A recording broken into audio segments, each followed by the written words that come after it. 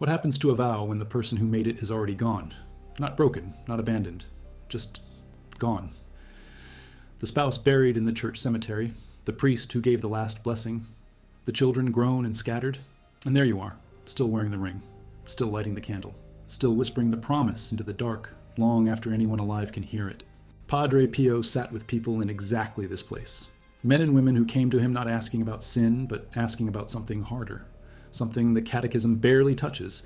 They wanted to know if the invisible thread between a living soul and a dead one was real, if the love that survived death was doing anything, if the vow that outlasted the body still mattered to God.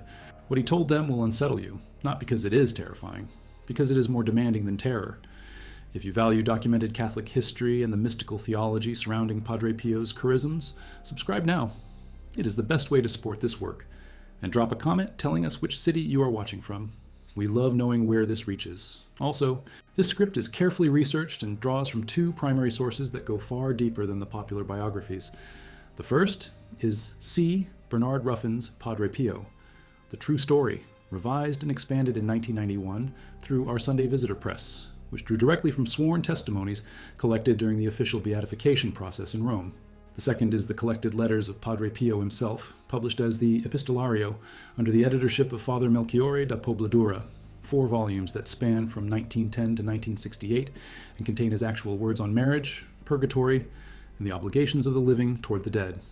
These are not second-hand retellings. These are primary documents. Now back to the story. Francesco Forgione was born in Pietrelcina, a small hilltop village in the province of Benevento in the Campania region of southern Italy, on May 25, 1887. He was the fourth of 8 children. His family was poor in the way that southern Italian rural families were poor in that era, which means they worked land they did not fully own, fed children on dried figs and hard bread, and built their whole interior world around the church. His father, Grazio, sailed to America twice to earn money for the family.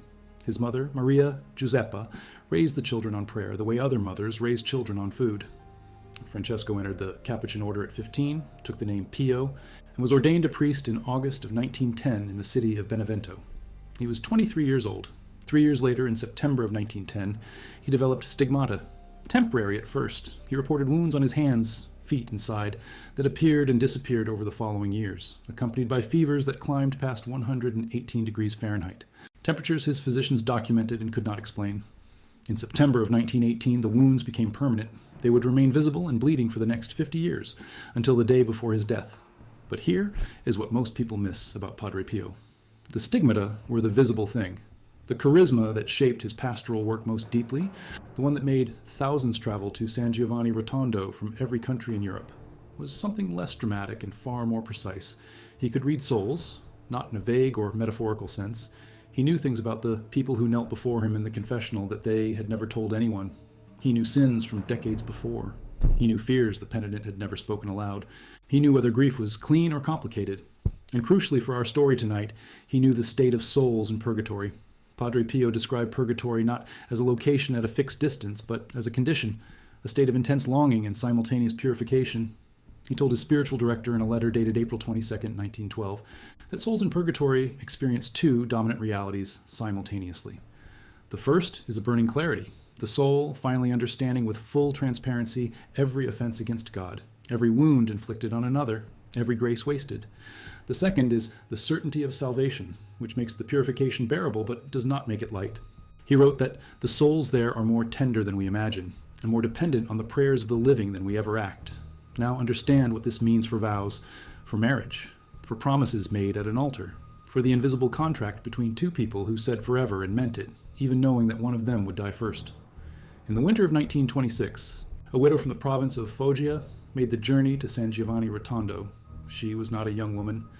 Her name is preserved in the beatification documents as Concetta, and she had been married for 31 years before her husband died of pneumonia in 1924. He had been a man of faith, a daily communicant, a man who went to confession regularly. But in the last 2 years of his life, something had shifted. He had quarreled bitterly with his brother over an inheritance. The quarrel hardened into estrangement. He died, according to Concetta's testimony, without resolving it. She had stood at his deathbed asking him to forgive his brother, and he had turned his face to the wall and said nothing. She had spent 2 years asking the same question that ruins sleep across centuries. Did he make it? Did he manage, in that final invisible moment, to release the grudge? Was there some movement of grace in the seconds between his last breath and the silence? When she reached Padre Pio's confessional line, she had not slept properly in months. She was, by her own description, wearing herself out between prayer and terror, oscillating between hope and the certainty that her husband was lost. She told the priest next to nothing. She simply knelt and said her husband had died. Padre Pio closed his eyes. He was quiet for a moment that she described later as feeling like the air pressure changed. Then he said, in the particular clipped way witnesses described as his style when he was conveying something he had been shown rather than something he had reasoned, "Your husband is not lost, but he is in a long purification. He is held there by the weight of one refusal, and the prayers you have offered for 2 years are already shortening it." She asked, "Does he know I am here?" Padre Pio opened his eyes. He looked directly at her. He said, "He sent you." She left the confessional in what witnesses described as a state of total stillness, not weeping, not relieved, but recalibrated. She later told Father Joseph Pius, one of Padre Pio's closest collaborators at the friary, that the answer had not given her peace exactly. It had given her a task. She understood that the vow was not complete, that the marriage had not ended at the cemetery, that her work as his wife was now entirely intercessory, and that it would last, by Padre Pio's implication, until the purification finished. She asked Father Joseph Pius how long that might be. He could not answer, but he recorded the exchange in his personal notes, which were submitted to the Beatification Tribunal in Rome in the 1960s. Cold, specific, verifiable. Now consider what Padre Pio was actually saying, theologically, because this is where the story gets dense and important. Catholic theology on marriage contains a doctrine that most Catholics have either never heard or quietly filed away as too complicated. The bond of marriage, the vinculum matrimonii, is sacramental and therefore participates in the eternal, not merely the temporal. It is not simply a civil contract that death dissolves like a lease. The Catechism of the Catholic Church, paragraph 1638, states that the marriage bond is established by God himself in such a way that a marriage concluded and consummated between baptized persons can never be dissolved. Death dissolves the legal obligation, but theologians from Thomas Aquinas through to the 20th century have maintained that the spiritual effects of the sacrament, the grace it channels, the sanctification it enables, do not simply evaporate at death. They continue to operate in ways that are not fully mapped by any church document because the church has always been cautious about overspecifying what happens on the other side. Padre Pio operated inside this theological uncertainty, not by resolving it, but by inhabiting it. He treated the dead spouses of living penitents as genuinely present to him in a way that was not metaphorical, not simply a comforting fiction. He spoke of them as agents, as souls with their own ongoing relationship to the sacrament they had entered.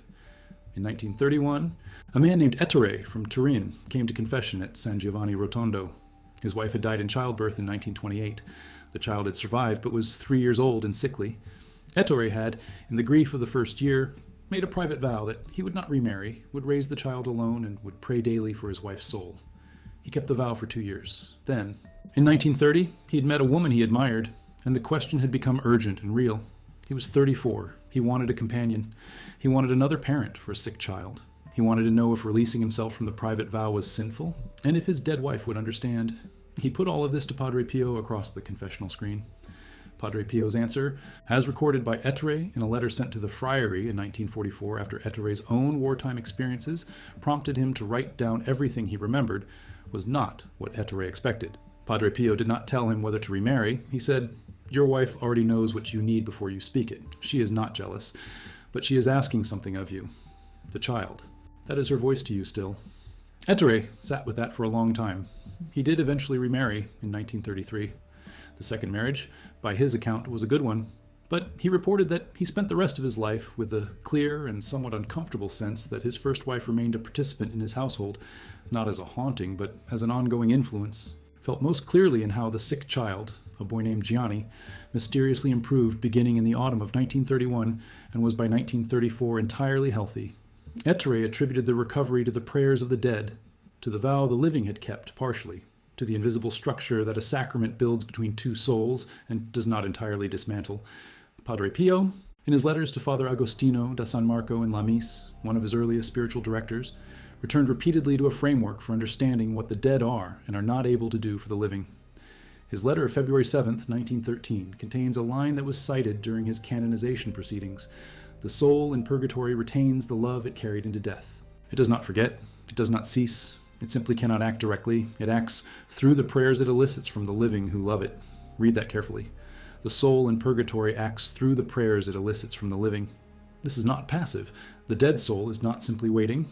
It is, in Padre Pio's understanding, actively generating the conditions by which the living think of it, pray for it, and by extension channel grace back toward it. The vow is the mechanism, the marriage bond is the channel. The widow lighting the candle is not performing a ritual. She is completing a circuit. This was not abstract theology for the people who came to him. It was operational instruction. And Padre Pio delivered it with a specificity that left people with no comfortable ambiguity about what was required of them. In 1947, a woman named Lucia, a school teacher from Bari, came to San Giovanni Rotondo in genuine anguish. Her husband had died in the war. He had been killed in North Africa in 1942.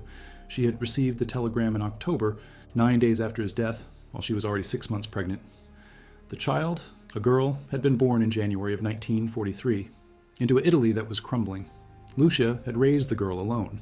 She had managed, but she had also, in the chaos and grief of the war years, stopped praying for her husband, not from indifference, from exhaustion, from the sense that the war had swallowed so many souls that individual intercession felt like pouring water into the sea. She told Padre Pio this with the directness of a woman who had survived too much to be embarrassed by honesty. He was quiet for a long time. Then he said something that Lucia recorded in her diary, a document now held by her daughter and partially transcribed in an Italian theological journal in 1989. He needs your prayers more now than when he was alive. Distance does not diminish need. It removes the capacity to ask directly. He can no longer knock on your door. He can only wait for you to remember him. She asked, "Is he suffering?" Padre Pio said, "He is held, not in pain as we understand pain, in the kind of ache that comes from knowing what you have not yet fully become, and needing to become it, and being unable to hurry the process. Your prayers are not decoration. They are, in his case, close to the only channel open." Lucia left that conversation and returned to praying for her husband every day for the rest of her life. Her daughter, who was still a small child in 1947, grew up watching her mother include her father in the daily rosary as though he were simply in another room. The daughter would later write that this had shaped her entire understanding of death, not as an ending, but as a change of location, and that the vow her parents had exchanged before the war had not, in her mother's understanding, been dissolved by the telegram. It had simply moved into a different mode of fulfillment. Here is where this becomes theologically exact, in a way that Padre Pio made explicit on multiple occasions. There is a distinction in Catholic teaching between the marriage bond as a sacrament and the obligations that flow from it. The obligation to cohabitate, to support materially, to raise children together, these end at death. The Church has never taught that widows and widowers sin by remarrying. St. Paul addresses this directly in his first letter to the Corinthians, chapter 7, verse 39. Death releases the living spouse from the marital obligation in its temporal form, but Padre Pio was pointing at something that operates below that level, not the legal obligation, the spiritual bond, the love that was channeled through the sacrament and does not simply cease because one partner has left the body. He was consistent about this across decades.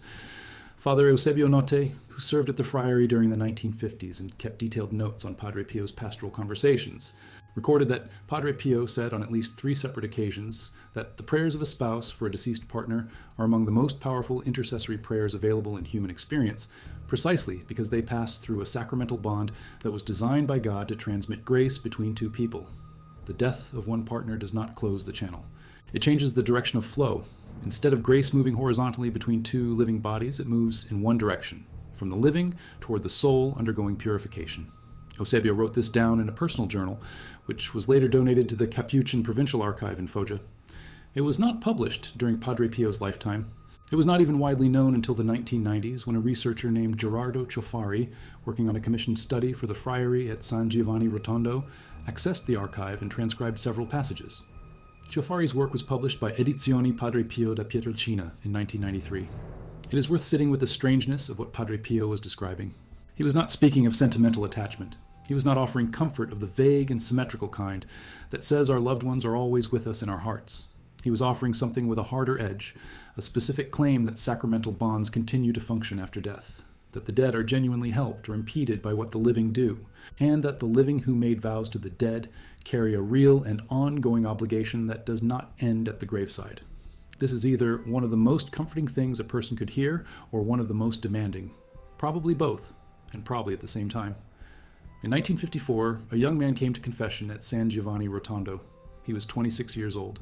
His name was not recorded publicly in any document, but the story was recounted by Father Carmelo Durante, who was present in the sacristy afterward when Padre Pio described what had happened. The young man had come not about a deceased spouse, but about a deceased mother. His parents had married in 1926. His father had died in 1952 of a heart attack. His mother had followed 2 months later from what the doctors called grief. She had, in those 2 months, barely eaten, barely spoken, barely moved. She had died, her son believed, from refusing to continue living without the man she had promised herself to. The young man had arrived at the confessional carrying 2 competing interpretations of his mother's death. The first was that it was beautiful, a love so complete that the body simply could not sustain the absence. The second was that it was a form of passive self-destruction, a giving up, a sin. He did not know how to hold both of these things. Padre Pio listened. When the young man finished, Padre Pio was quiet long enough that the young man thought the priest had fallen into one of his famous states of inner absorption. Then Padre Pio said, according to Father Carmelo's account, "Your mother did not die of despair. She died of love that had become her whole breathing. God does not judge a heart that breaks for want of what it loved well. Your father arrived first, she arrived second. The vow they made did not prescribe the order or the timing, it prescribed the fidelity, and hers was complete. The young man, according to Father Carmelo, wept so hard he had to be helped from the confessional." Father Carmelo recorded this in a letter to his provincial superior in Naples in 1954. The letter is preserved in the Capuchin archive. It was cited in a peer-reviewed article on Padre Pio's Theology of Sacramental Bonds by Father Donald Anthony Foley, published in the Downside Review in 2007. Now consider the harder cases, because Padre Pio did not always deliver reassurance. He delivered truth, and truth about the dead is not always merciful in its immediate form. There was a man who came to him in 1949, a merchant from Naples whose wife had died in 1945 in the final weeks of the war. He had been devoted to her. He had, in the immediate years after her death, prayed daily and attended Mass regularly. But by 1949, the devotion had cooled. Business had recovered. Life had filled back in. He told Padre Pio, with the slightly embarrassed candor of a man who knows he already knows the answer, that he had stopped thinking about her most days. That months passed now without her name crossing his mind. He did not know if this was natural healing or a kind of betrayal. Padre Pio said, without cruelty but without cushioning, "It is both. The healing is real and it is good. God does not ask you to grieve forever, but she is not finished, and she still benefits from what you offer. You have healed past the grief. You have not yet grown into the intercession. These are different things." The man asked what intercession looked like for someone no longer in acute grief. Padre Pio told him, "It looks like a man who lights a candle at morning mass and names her once, quietly, without drama, without needing to feel something. Faithfulness is not feeling. It is the repeated act that says, you are not forgotten, even on days when the forgetting would be easy." In the early 1960s, a woman came to him who had remarried after her first husband's death. She had remarried validly, with full church permission, as the church has always allowed. There was no sin in the remarriage, but she had stopped praying for her first husband when she entered the second marriage. She felt, intuitively, that it would be a kind of betrayal to her living husband to pray for the dead one. She had, in practical terms, closed the channel. She had lived with a low-grade unease about this for 7 years. She came to Padre Pio, not in crisis, but in question. She wanted to know if she had done wrong, if she had abandoned someone who needed her. Padre Pio's answer, as relayed by Father Joseph Pius in the beatification documentation, was precisely calibrated. He told her, "Your second marriage does not cancel your obligation to the first. He is still your husband before God in the sacramental sense that was established and is not erased. He still benefits from what you offer. Your new husband is not harmed by your charity toward the dead. On the contrary, a woman who prays faithfully for everyone she has loved is a woman building an interior life that your second husband will benefit from every day." She asked how to do it, how to pray for a dead husband when you were sharing a bed with a living one. He said, "Include him in your daily rosary. 1 decade. That is enough. It is not a wound to the living to remember the dead with love." She pushed further. She asked, "And if I forget some days? If I go a week and it slips my mind entirely?" Padre Pio said, "Then pray double on the day you remember." God does not keep ledgers the way you imagine. He keeps accounts of love. A week's silence does not erase 31 years of fidelity. But do not use the mercy as an excuse to stop trying. The effort is part of what reaches him. She stood to leave. Father Joseph Pius, who had heard the exchange from the doorway of the sacristy, recorded that she paused before stepping out into the courtyard, turned back, and asked one more question. She wanted to know if the dead feel the prayers when they arrive, or only receive the benefit without knowing the source. Padre Pio looked at her for a long moment. He said, "He knows your voice?" She did this for the remaining years of her life. Her second husband, learning of it, began doing the same. By the time they were both elderly, they included both of her deceased husbands, his own deceased first wife, who had died in childbirth, and several departed friends, in a daily prayer that had grown, one name at a time, into something resembling a small community of the dead, entrusted to the care of the living. This is, in compressed form, the ecclesiology of purgatory that Padre Pio lived and transmitted. Not a gloomy fixation on the dead, not a morbid practice that pulls the living backward, but a recognition that the community of the Church extends past death in both directions. The saints pray for us from glory. The souls in purgatory depend on our prayers from a condition of purification. And we, the living, are the active link in that chain. The vows we made to specific people do not dissolve at the funeral. They evolve. They shift form. They become intercessory.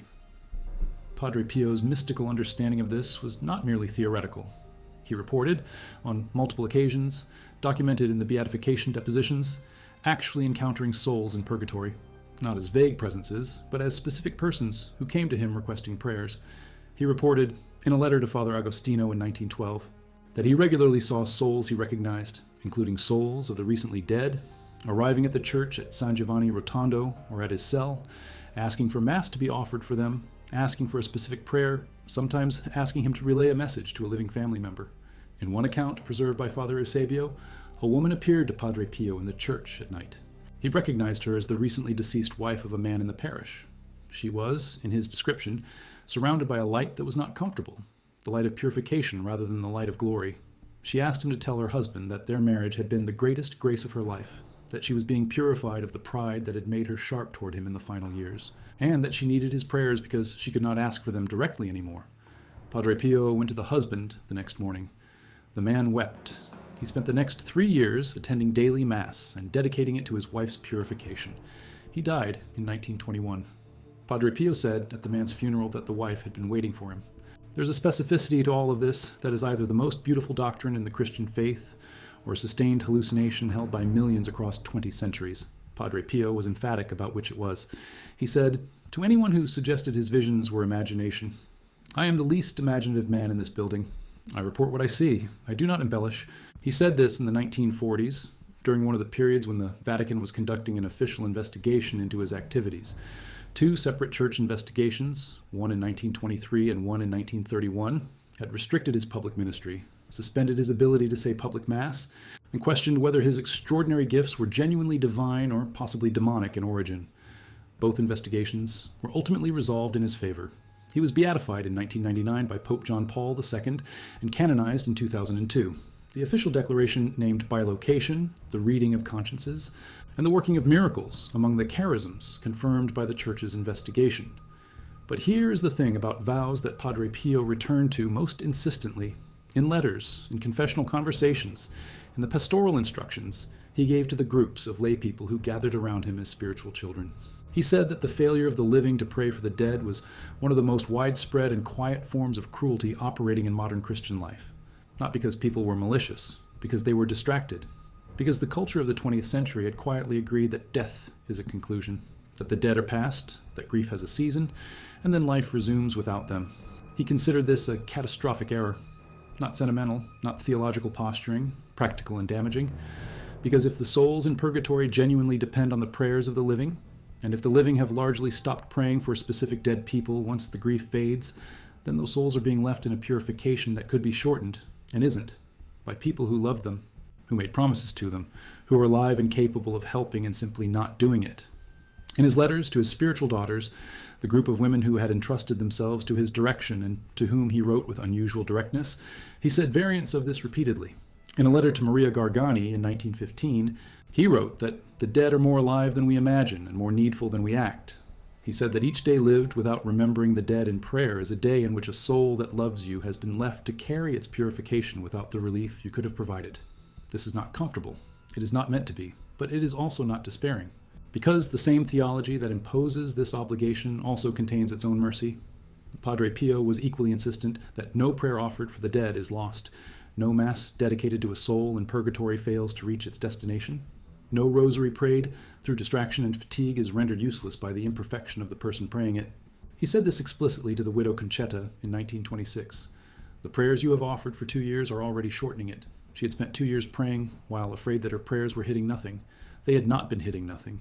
They had been hitting exactly what they were aimed at, every day, even in the nights she spent weeping rather than praying, even in the months when hope and terror alternated so fast she could not tell them apart.